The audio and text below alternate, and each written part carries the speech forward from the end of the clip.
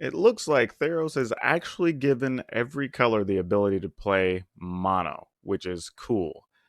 Though everybody's mostly talking about these mono black decks and the mono white life gain decks, and of course, everybody knows about the mono red decks. And I think I even covered the mono blue self mill deck, so that really only leaves green. So I put together a list, decided I would take it to play it, and turns out the deck's pretty cool. I didn't think it was going to be that good. But why don't we take a look at the list here and let me tell you all about it.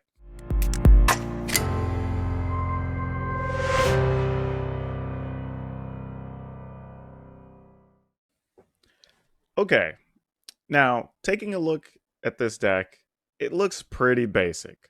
Let's just go down the card list here and really just take a look at what's going on. So you've got 4 Pelt Collectors, which makes sense in this deck. It's the cheapest and best 1-drop really for something like this, and it's going to get counters from tons of things that you're playing. There's very often Pelt Collector ends up being a 4/4 or 5/5 or bigger in this list if it survives a couple turns. But this is actually one of the few decks that actually makes a good home for Growth Chamber Guardian as well. This card I guess it had its time in the sun for a bit, but now we're reaching the point where people really weren't playing it anymore. So this is a great fit. It lets you get more creatures. You can pump your Pelt Collector if you play it on 2. You can make larger copies of Yorvo, which is really cool. And it gives you some reach post sweepers, which is another thing we'll talk about in a bit. We were looking for other small drops to play, and the other one I settled on was Barkhide Troll. And the reason being is that it can protect itself from being removed from things like Banishing Light and whatnot. Granted, it reduces itself to a 2/2, but it's still really, really, really strong.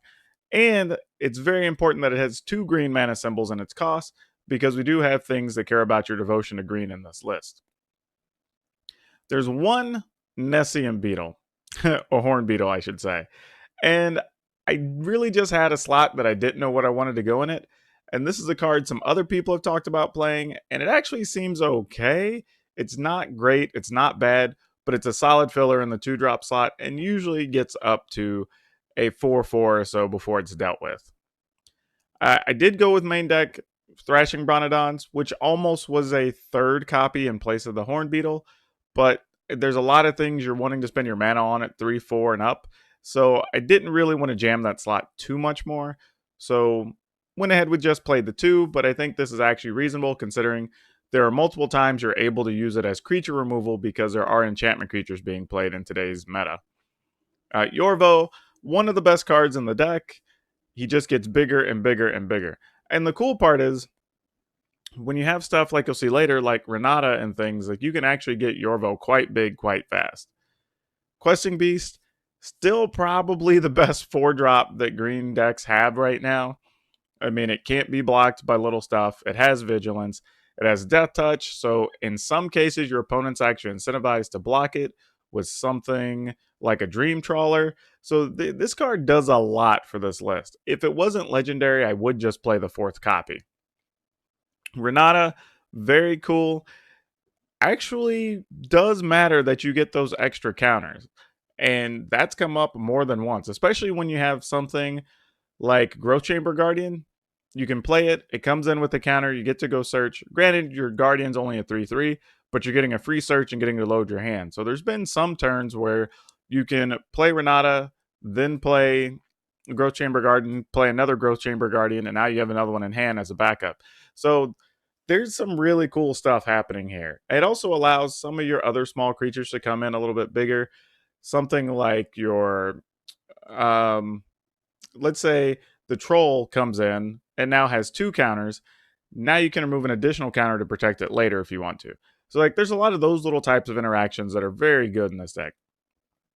Nylea, this is obviously the home for this card. If there's going to ever be a chance to play it, this is it. And I will say, both abilities on Nylea came into play whenever I was playing it last time. And that wasn't something I thought was going to happen. I thought more often, well, I'm really going to be spending the mana just to search the top of the deck. But no, actually, both parts were very important because you do hit times where you want to play 2 or 3 creatures in a turn. If you play something like Questling Beast that has haste, you can play it. and play something else. Nyla comes to life, and then you're attacking with 2 creatures. So there's a lot really going on. One of the things you're going to see as you play this deck is there are a lot of cool synergistic things happening between these cards.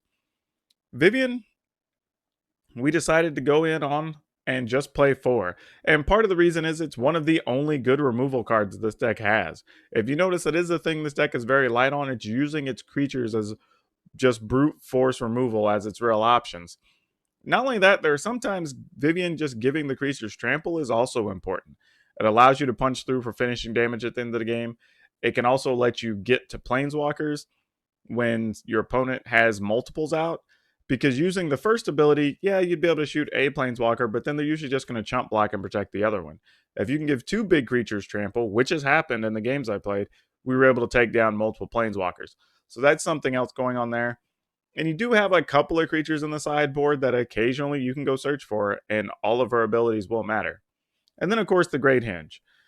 It's often in this list that you're playing Great Henge for 4 mana, sometimes for 2 mana if you get a large Renata or a large Yorvo, which does happen. More often than not, though, I was playing it for either 3 or 4 mana, but that's totally fine in this list because once you get it going, it is awesome. Like, you can get turns where you're playing 3 or 4 creatures in a row after a board sweeper, and you just keep on clicking. Like, it's super, super good.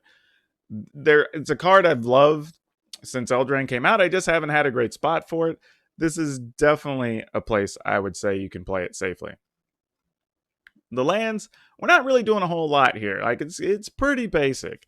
I mean, it's just a couple of Castle Garenbrig and a whole bunch of forests.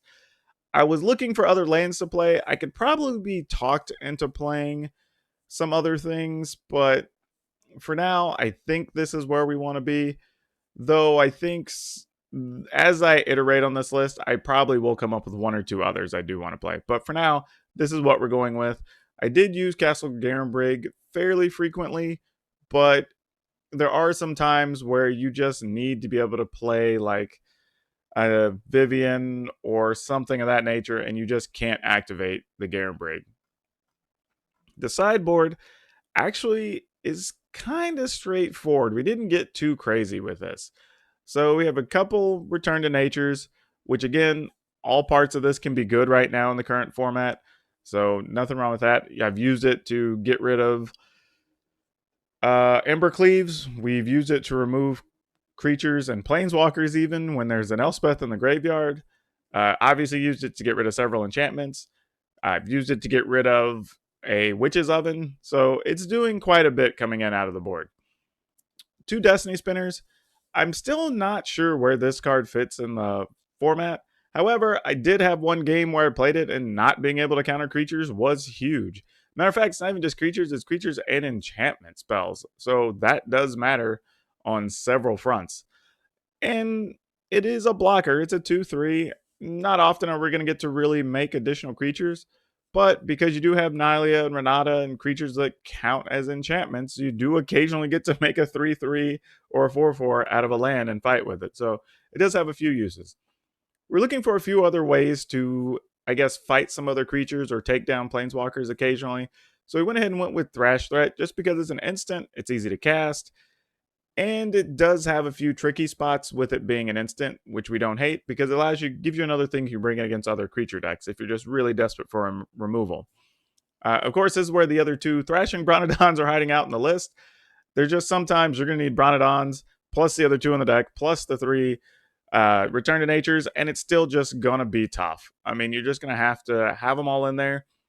And remember, they still do function as creature removal in some cases, especially against decks like Mono Black. You can use it to remove a Timurit. You can use it to remove a Nightmare Shepherd, and that's totally reasonable. I mean, I would totally trade that exchange to be able to make sure that you can get a powerful, problematic creature out of the way. So Tessin Petitioner, it's here in the sideboard because you want to have something to use against, say, Mono Black or Mono Red, especially when they're coming with those heavy aggro decks, probably even against Gruul. It only has a 2/2 body, which is unfortunate. But usually when you play it, you do get to gain 4 or 5 life, and sometimes that's enough to swing the game on its own when you're trying to go creature for creature. And then, of course, we have Shifting Ceratops. This card's really solid against several different decks right now. Blue is starting to become kind of the color du jour with the help of several things from Theros. So this gives you a spot that you can play something that they can't easily deal with. The more important thing right now, though, is it does punch past Dream Trawlers, which is huge because they can't block it. It has haste, it has reach, and can block a Dream Trawler and actually kill it. And that's awesome. But if you look at the sideboard, we have several creatures that are doing different things. So if you do get a Vivian and you're kind of in a weird spot, don't be afraid to search for one of these creatures because they all have a spot and all have a use. As for strategy, the one thing I will say is I was very surprised that we were able to hang with the heavy control decks. I thought in a couple of cases we were just going to get wiped off the board and then just start struggling, but the deck has surprising recovery. When you have Growth Chamber Guardians to go search for more creatures, you have Nylea that can find other creatures off the top. You've got Great Hinge that lets you draw cards whenever you play creatures. You have stuff that has haste like Questing Beast that lets you recover and keep up your damage. Like there's just a lot of little things that when you pull it all together, the deck really gets stuff going. The biggest thing too is I would say though is sequence your cards how you think they're going to be most efficient. Sometimes you want to play stuff in certain ways to maximize your pelt collectors and get the most counters. Or maybe if another creature dies, you'll put more counters on your pelt collectors. There's sometimes you're going to want more counters on the Barkide Troll, and then that way you have a creature that's harder to remove. There's also going to be times you want to sequence your cards in a way that maybe I want a 4/4 out there, so if they do sweep the board, I'll get to draw a card and then play something. But also maybe you set it up in a way that if your board gets swept and Nile is still out, then the next thing or the next two things I play will activate Nile and I can start attacking with it instantly. Because it's pretty powerful when you're holding on to, say, like a Questing Beast and another creature, then your opponent wipes the board. You have Analia still sitting out there. You play Questing Beast and something, and then now you're attacking for 9 damage plus. Actually, more than that, actually, right off the bat. So you're attacking, yeah, it's 9 plus, I guess, depending on what the other creature is. So there's a lot of little tricky things in here that you have to pay attention to. You can really kind of get lost in just wanting to just keep ramming ahead with all your creatures with all your power, but that's not always the best play. But overall, if you're looking for a fun deck to play, man, give this a go. It's not crazy expensive right now to build either, because the only real expensive card, I guess, is Questing Beast or Great Hinge, kind of depending on what your market is, and I guess how many players are looking for these cards. But other than that, the rest of this is very accessible, and it's really, really fun. I gotta say, it was not something I expected to be as fun as it was, and I'm a huge player of the green cards, right? I love playing green, and this still surprised me. So yeah, recommend putting it together. Give it a go. I think you'll enjoy it. Don't forget to do me a favor, subscribe, hit a like if you liked the video, and check out our other stuff. See you next time.